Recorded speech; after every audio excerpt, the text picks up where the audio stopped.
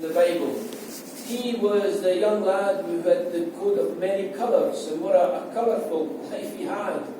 But let me just bring one point, and I'm going to go off a tangent for a moment. Some people say, even in church circles, they talk about free will. God has given us free will. That is not a biblical concept. It's nowhere mentioned in the Bible. Yes, there are passages in the Bible that speaks about choice. It'd be wiser to say we have some sort of free choice. But the truth of the matter is, we've limited choice. Let me use Joseph as an example. Joseph had no choice about when he would be born, and neither have you or I. We could say to God, I want to be born away back in the Joseph must have been about the years, nearly 2,000 years BC. We couldn't have said to the Lord, I don't want to be born in the 20th century, or I would like to be born way back then. Well, who would want to do that? You and I had no say. Joseph had no say who he would be born to, who his parents would be. He had no say. He had no say about what would happen in his life. And what did happen in his life was incredible. You see, God's hand was upon him. He was called and chosen for a specific reason. He was the lad who God blessed with dreams. Remember his amazing dreams. He was one of the 12 brothers, and they had sisters, but Joseph had the dreams. Amazing dreams. His brothers were jealous of him. Now Joseph had no say about this. His brothers wanted to kill him, apart from his elder brother Reuben, who saved them. Remember, Reuben put him in a ditch and saved them from being killed, and he was sold into slavery in Egypt. Joseph had no choice over that. He didn't want to go into slavery. It wasn't his choice. But God was with him. That's the amazing thing. And why the writer of the book of Hebrews, who was inspired by God, chose only one episode in Joseph's life towards the very end as he was dying to illustrate his faith is interesting, because Joseph's life was full of faith. He had no choice. He didn't want to go to Egypt as a slave, but God was with him and prospered him. Remember, he was a slave to Potiphar, the Egyptian general, and God prospered everything that Joseph did, so much so that Potiphar made Joseph the head of his household. God prospered him. Potiphar's wife, she wanted to seduce young Joseph. He wouldn't have it because of his faith in the Lord. And so she accused him of abuse. He was arrested and put in jail. Joseph didn't have any choice. He didn't want to go to jail, but that's where God put him. And even in the prison, God was with him, and God prospered all that Joseph did. So much so that the jailer made Joseph in charge in the prison. And Joseph was in that prison for years. Now what's interesting about Joseph is this. Even in slavery, even in prison, even when he was suffering all this injustice, he never cried out to God and said, oh God, just look at my plight, just look at my situation. It's unjust, it's unfair what's happening to me, and deliver me from this. He never ever said that, not once. Now that's faith. He's like Job, who cried out. Remember, Job's wife wanted Job to curse God and die. Joseph wouldn't do it. And he said, yea, though he slay me, yet will I trust him. Job said that. Joseph was just like that as well. In your situation, in your life, you've never had much choice, really. You and I, we had no choice where we would be born. We had no choice about what gender we would be, who our parents were. We had no choice what country we would be born in. Some people were born abroad, like Mark in Malta, but others were born here in Britain. We had no choice. We had no choice what colour of skin we would have. We had no choice if we were to be born Scottish or Cornish. Just some of us were blessed to be Scottish, I don't. I'm only teasing. We had no choice. We had no choice of colour of our eyes. We had no choice if we could roll our tongues or not. We had no choice. Joseph had no choice. And Joseph had no choice when he was in the prison. But did he curse God? Did he plead with God and say, look at my troubles? This is not what I want in life. It's not about our choices. It's not about what we want. You see, God has a plan and a purpose for each and every one of us. And the story of Joseph shows us this. God has his hand on you, and he has his hand on me, and he has a plan and a purpose for our life. And we don't understand what he's doing. And sometimes we go through the dark times of life, the dark period of life, and we don't understand why. But it's not for us to question God. It's not for us to plead and beg him to take us out of it. It's for us to be like Joseph, to be content, to do what he wants, to do the best that we can, whatever thy hand findeth to do, the scripture says. Do it with all thy might. Whatever situation God has put you in, do it. Do it. Work for him, and he'll prosper you like he prospered Joseph, even in the prison, even as a slave. It's not freedom of will. The truth of the matter is, life is, we have limited choice. I said this before, I never chose to come to England. I never ever thought I'd live in England. Never chose, but I'm here. Never ever thought I'd live in Tregony, but I'm here. You probably never ever thought you'd be in this church. I never did a few years ago, but we're here because this is where God has put us. And we've got to be faithful wherever God has us.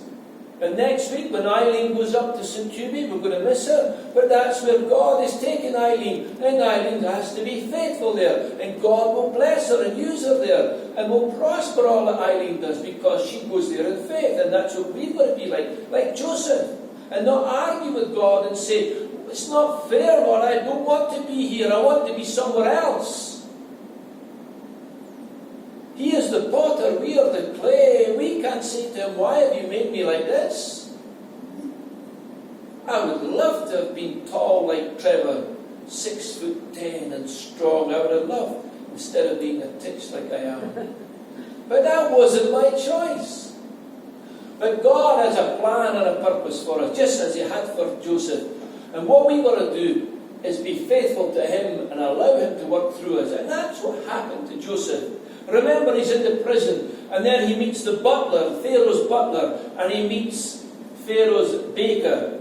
These two men have a dream, each of them have a dream, and they're perplexed by their dream. They speak to Joseph, and they soon find out that Joseph has been blessed by God because he's been given the gift of interpretation. And he interprets the dreams. He says to the butler, in 3 days' time, you're going to be raised up, and you're going to be back in favour with Pharaoh, and you'll be serving him wine. And the butler was delighted. But to the baker, he said, I've got bad news for you. In 3 days' time, you're going to be raised up, but you're going to be hung for your crimes. And he was. 3 days later, the two men received what was going to happen to them. Joseph speaks to the butler and says, remember me when you're free. But the butler didn't. And for 2 more years, Joseph remained in prison. 2 more years. Joseph never cried out, Lord, why am I still here? He never said that. We've got to be like Joseph and not beg and plead and argue with God to change our situation. It doesn't matter our situation. What matters is that we're faithful to him. You see, God has a plan and a purpose. I love this saying. There's the old saying that the saints in glory, those who have fought the good fight, and they're up there just now, they're up there in glory, and they're looking over the battlements of heaven down at us. And they're encouraging us. They are the church triumphant, we are the church militant, and they're encouraging you and me in their prayers to the Lord. They're encouraging us to keep on going. We don't understand the Lord's plan and purpose, but we've got to remain faithful. And one day we're going to be up there with them. And one day we'll see God's plan and purpose as a map unfurled, and then we'll understand. Joseph didn't understand why he was still in the prison for those 2 years, but he kept faithful. And then what happened 2 years later? Pharaoh has these terrible dreams. He doesn't understand them. And the butler remembers Joseph. And Joseph comes and he tells Pharaoh what the dreams mean. There are going to be 7 good years. There are going to be 7 bad years. But Pharaoh, you need a wise man to prepare for the 7 bad years. And Pharaoh chose Joseph and raised him up out of slavery, raised him up out of that prison, and raised him up and made him the viceroy, the vizier of Egypt, the second in charge. And then Joseph was used by God. And we know what happened. In the 7 bad years, Joseph was wise and he saved the Egyptian people. But the point of the story was his brothers and his father came down from Canaan, from the promised land. They were hungry. They came to Egypt. They didn't realize that Joseph was alive and Joseph saved them. The whole point of the story was that God was saving his people. But what's interesting is that the Egyptians were blessed as well. And here's something for us to learn. As we remain faithful to him, as we put our faith in the Lord, and not complain and fight against where we are, but we work for him and serve him, the umbrella of God's blessing rests upon us, and even those people who don't believe are blessed as well. But we are here to lead others to the Lord and to encourage our brothers and sisters in faith. But at the same time, those around us who don't believe are being blessed as well. Just look back over history. Wherever the Christian gospel has been proclaimed faithfully, the societies there round about have been blessed. Just get a map out and look at the map of the world. Look at the countries where Christianity and the Lord is despised. North Korea, China, Vietnam, all Islamic countries and Hindu countries. Those countries, their life is hard and harsh and rough and tough. And who wants to live there? They all want to come over here to the West, the Christianized West, where in the last number of generations Christians have really proclaimed the gospel and the blessings of God has been over us. And this is where civilization is. Sadly though, here in the West it seems as if our governments are going away from the Lord. And that blessing will go. But God's blessing is on other people as well, not just on the church, on the believers. So God used Joseph. He used him. God wants to use you and me. And Joseph's faith just goes through all his story, isn't it? But what's fascinating is that according to the writer of the book of Hebrews, who was inspired by God, he uses this one episode in Joseph's life to illustrate his faith. And it was when he was dying.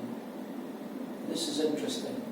You see, we can say all the right words, we can say all the prayers, we can say we believe. But how we deal with and how we accept death will show if we really have faith in God or not. And this is where Joseph stands out. He really did have faith. You see, Joseph wasn't concerned about his own life. He wasn't concerned about all the trappings of life that he was enjoying as a vizier, the viceroy in Egypt, because he had everything. These things didn't matter to him. He hadn't been polluted by the pagan worship in Egypt. They hadn't enticed him away from the Lord. He wasn't enjoying life so much as he was enjoying the Lord. And in his death, he didn't care about all the trappings of this world. All he cared about was the Lord and about serving him and to encourage God's people. And that's what we've got to do in faith. When we face, as we've got to do in faith, encourage others in the Lord. But I want us to consider how we approach death. There are various ways that how people approach death. One way is to consider that death is untimely. There's a young man, he marries a young woman. They begin their life together. It's 1982. He's in the military. He's in the parachute regiment. He's in the 2nd Battalion. They've just started a new life, and she falls pregnant. It's April 1982. All of a sudden they hear there's trouble in the South Atlantic in a place they've never heard of before, the Falkland Islands. he's rushed off and he sets sail. And at the end of May 1982, he lands at St. Carlos Bay. He's excited because that's what young men want. They want adventure. And he was certainly having it. But she was petrified at home.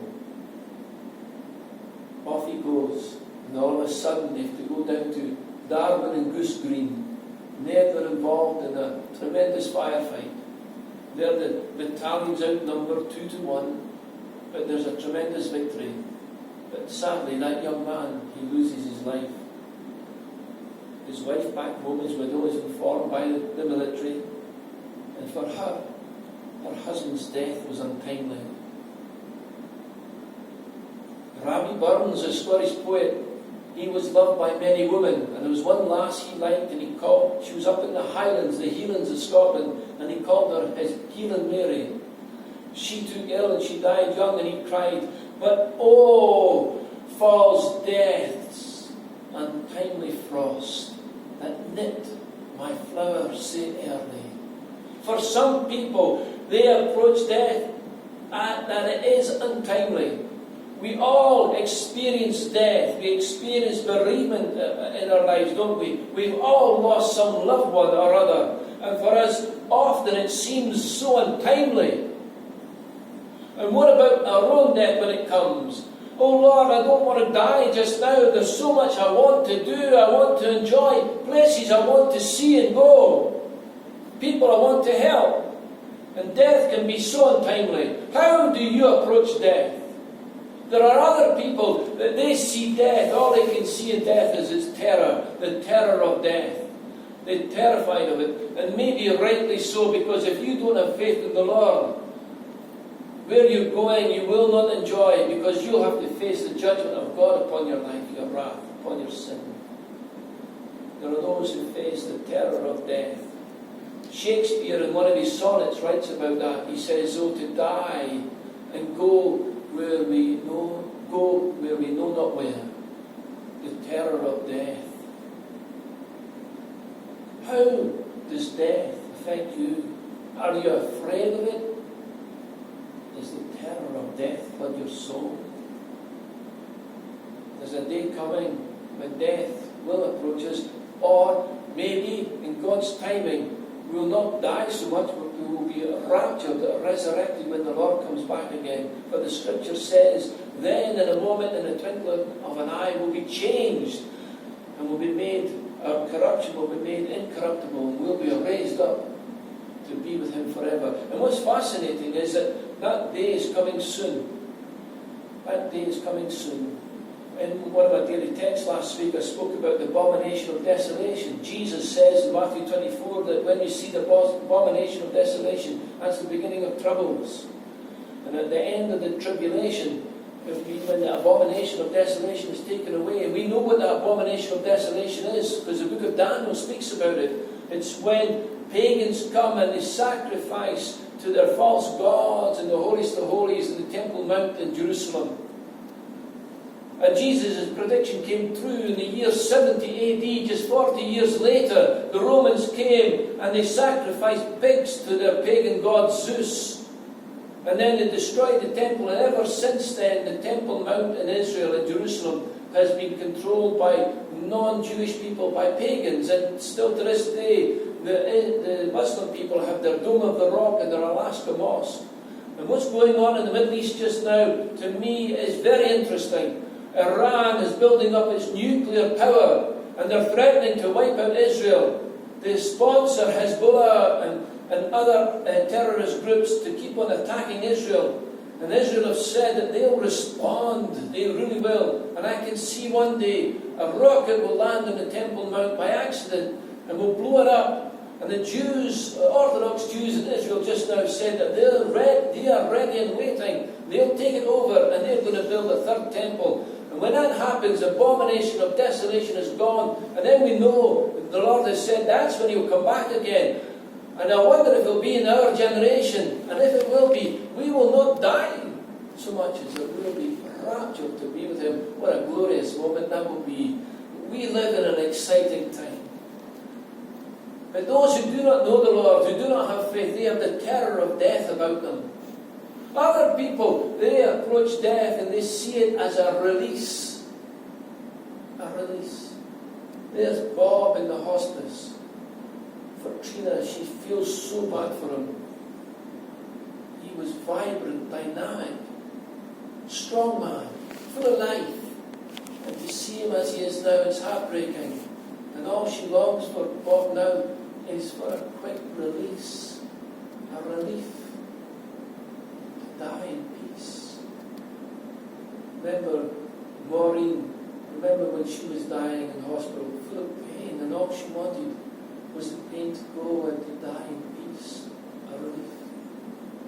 When I was 20, I was the oldest in the family. I found my father in the bathroom. He had died of a heart attack. I was doing my best to resuscitate him. My young brother was only 5. My sisters were younger than me. And my mother was devastated in a bad way. And for me, this was a terrible end. My father had been in pain for a long, long time, but at least now he had a release. But we were left with a terrible problem. How to cope with it, with life now afterwards. How does death approach you? How do you approach death? Do you see it as a terror? Do you see it as a release? Other people, they see death as not so much an end, but as a transition. The American poet Longfellow, he said, death isn't what you see, it is but transition. And you know he's right. Death isn't the end. And we who know the Lord know this. In fact, every human being knows deep down inside death isn't the end. Because what about all our imagination? What about all our love and all inspiration we felt? What about those moments of joy, exquisite joy? What about those moments when we had the hairs in the back of our head, our neck standing on end, and our nerve endings were tingling? Those numerous moments when we looked up at the stars at night and we were filled with awe and wonder. Or when we walked up to a mountain and saw the vista below us. What about those times when we were walking along a cliff top here in Cornwall, and we stood there in the silence, no one else around us, and we saw the beauty around us, and we were filled with awe and wonder. Those numerous moments, what about those moments when we die? Are they gone forever? Deep down inside we know they're not. The old saying is that it's at the moment of death, when the two worlds of time and eternity meet together and kiss, and deep down inside we all know it. Death is a transition. Longfellow was right. Then there are others who see death as an adventure. An adventure. How do you see death? J.M. Barrie, who wrote the story of Peter Pan, he made Peter Pan in his youthfulness cry out and say, death is an exciting, an awful exciting adventure. Barrie had a friend, a man called Charles Frohman, and Charles Frohman really enjoyed the story of Peter Pan. Frohman, he went to sea on the ship, the Lusitania. The year was 1915, and it was the 7th of May. They were just south of Dublin, and going down into the Atlantic. A German U-boat came along and fired a few torpedoes at it, and sunk. Over 1,000 people perished in that sad occasion, and it was the sinking of that ship that brought the Americans into the First World War. Well, Charles Frohman was on that ship and he died there. But just as he was dying, he wrote a note, and it was saved by one of the survivors, and it said, "Why fear death? Death," he was echoing Peter Pan, death is but an exciting adventure. And for us who know the Lord, those who have the faith that Joseph had, we know that to be true, do we not? We go from this life to the next, and we are like the Apostle Paul, who cried out, "For me to live is Christ. I'm here on earth, serving the Lord, working for Him. But to die is gain." The adventure of death. There was an old scholar, a university professor, an academic, and he was dying, and all his friends and colleagues came round to see him at home, and he only had a few hours left. And he said to them, he said, don't weep for me.